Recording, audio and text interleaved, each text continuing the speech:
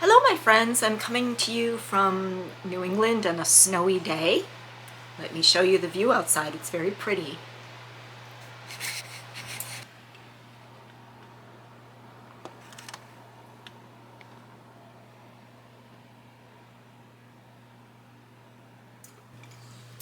I'm not sure how much snow we have, maybe 4 to 6 inches.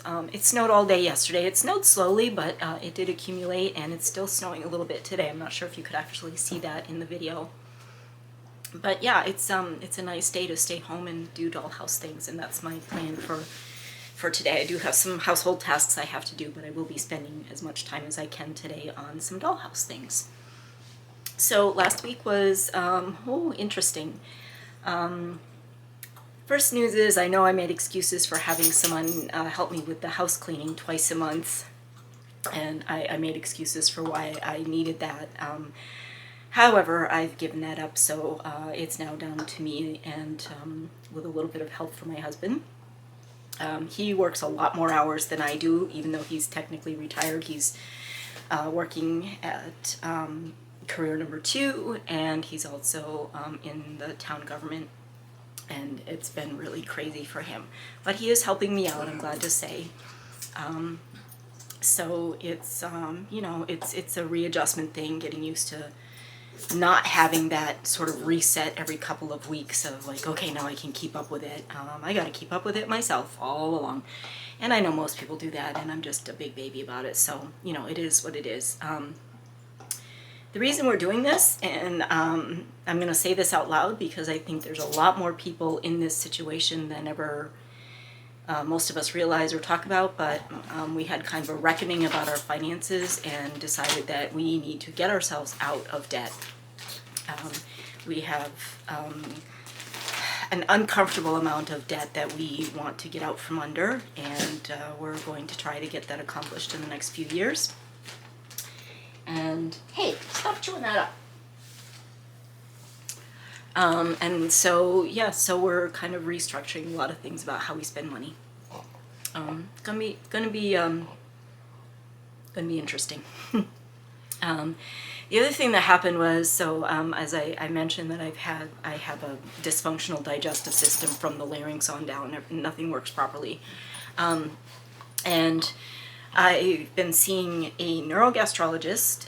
I also have a GI doctor who I've never met. I've actually only seen his nurse practitioner, but now I'm going back to see him because she left.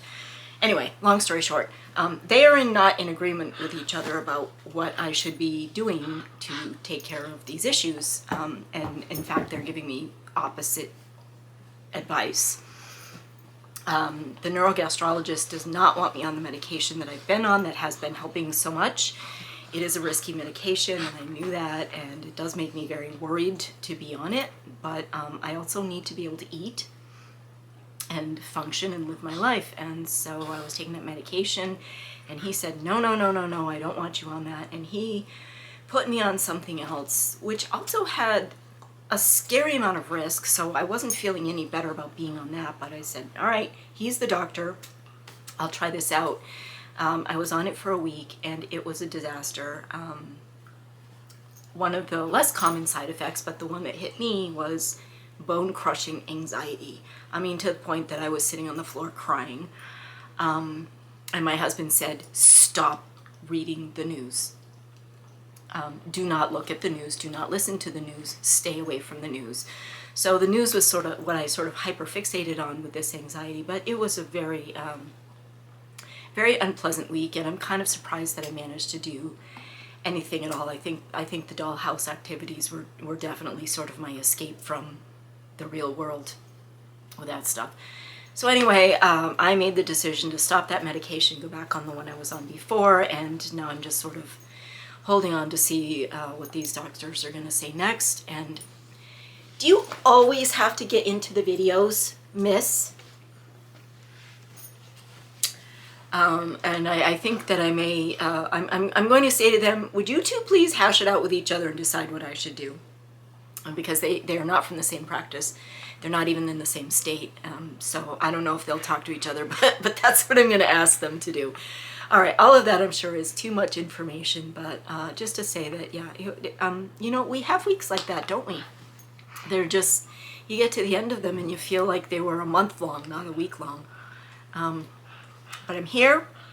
As of yesterday, I'm feeling much better, and had a great couple of days with some babysitting shifts with my grandson, who was just delightful and wonderful as ever. And I did get some things done, which I'm excited to show you. So let's go take a look.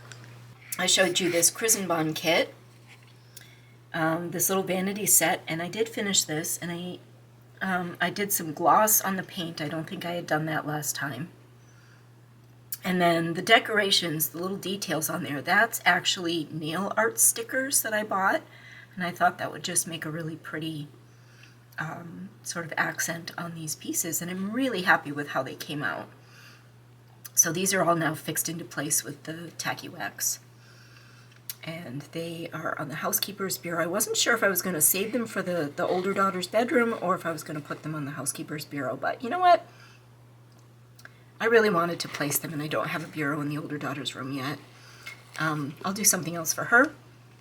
And I think the housekeeper deserves some nice things. She's a wonderful lady. So, there they are. The next thing I did was put a light above the mirror in the bathroom here. There we go. So it's actually, there's a hook that's attached to the wall, and then the light hangs on the hook. That's why it wobbled a little when I turned it on. But this is one of those cool ones that just turns on and off with a magnet. And that was what I had to do because I realized I didn't have any wiring that I could put lights on either side of the mirror. I had not put wiring at that point in the bathroom. So, but I'm happy with that. I like the way that looks.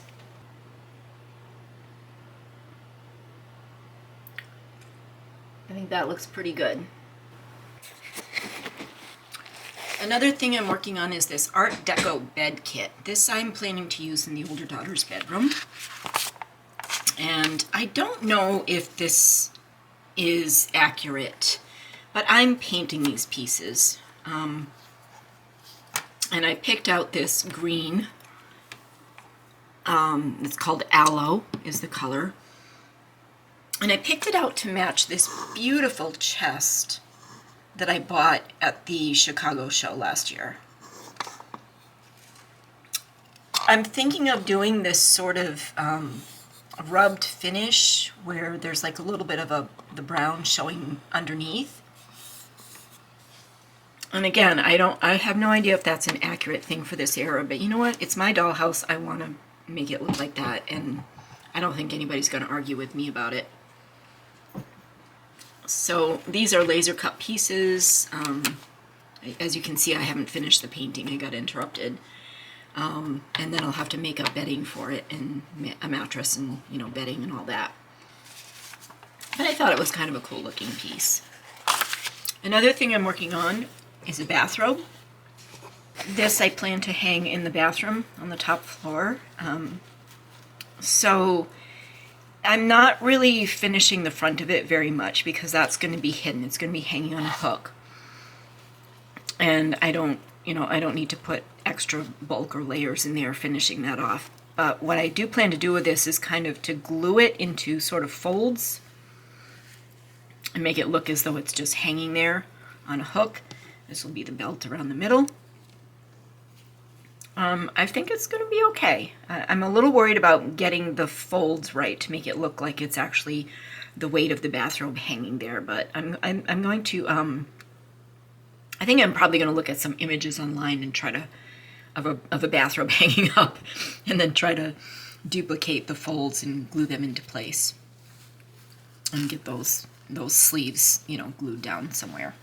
So it's not something that any of the dolls would ever actually be able to put on because it's just going to be a glued in place object hanging in the bathroom.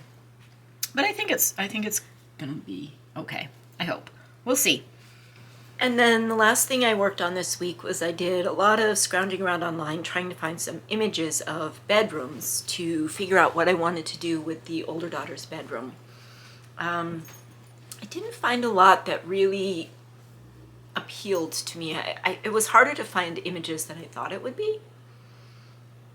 A lot of what comes up when I search for a 1920s bedroom is modern houses redone with a nod to the 1920s, and I didn't want that. I wanted photos that were actually from the time, or you know, things like decorators' images or magazine images from the time.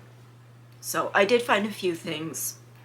I saved the photos, and I'll be kind of looking through them to see what sort of elements I'm after. Oh, and the last thing I wanted to say was about the time blocking project. I'm not doing that.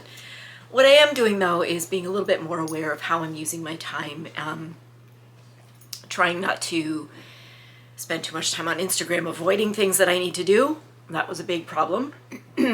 And also trying to group sort of like tasks together.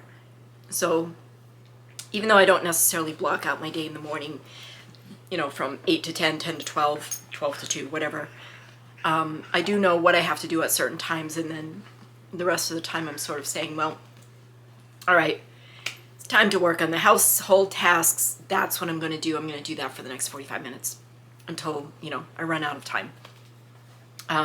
And stick with those things. Whereas before I'd be a lot more scattered and kind of like hop from one activity to another, and, you know, it just wasn't very efficient, and it was kind of mentally exhausting. You know, I don't know. I need help with time management.